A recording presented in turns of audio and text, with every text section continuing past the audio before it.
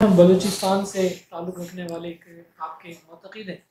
انہوں نے سوال کیا اور کہا کہ اختتام پر ہی صحیح لازمی میاں حضور سے پوچھیے گا۔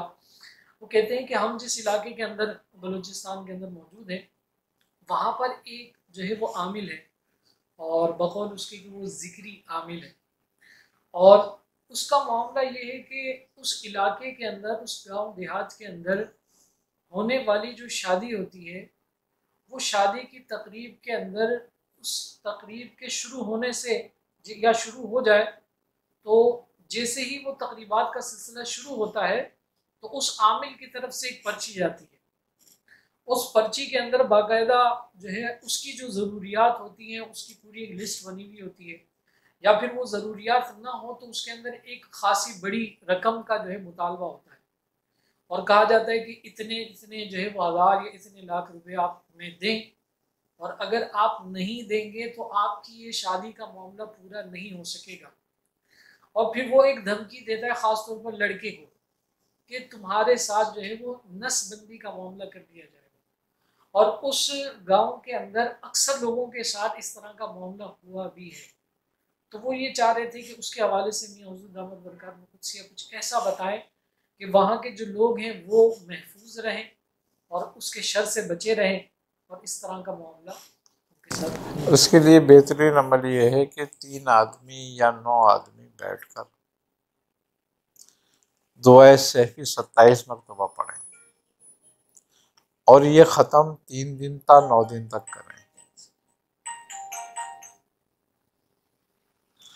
اور جب ختم کریں تو نیت کر کے کریں کہ اللہ تعالی ہمیں اس کے شر سے نجات دلا۔ اگر یہ عمل انہوں نے پورا کر لیا تو اس کے تمام اعمال جو ہیں نا بد جو جادو کے ذریعے وہ کرتا ہے سب ضائع ہو جائیں گے، اور وہ انشاءاللہ تعالی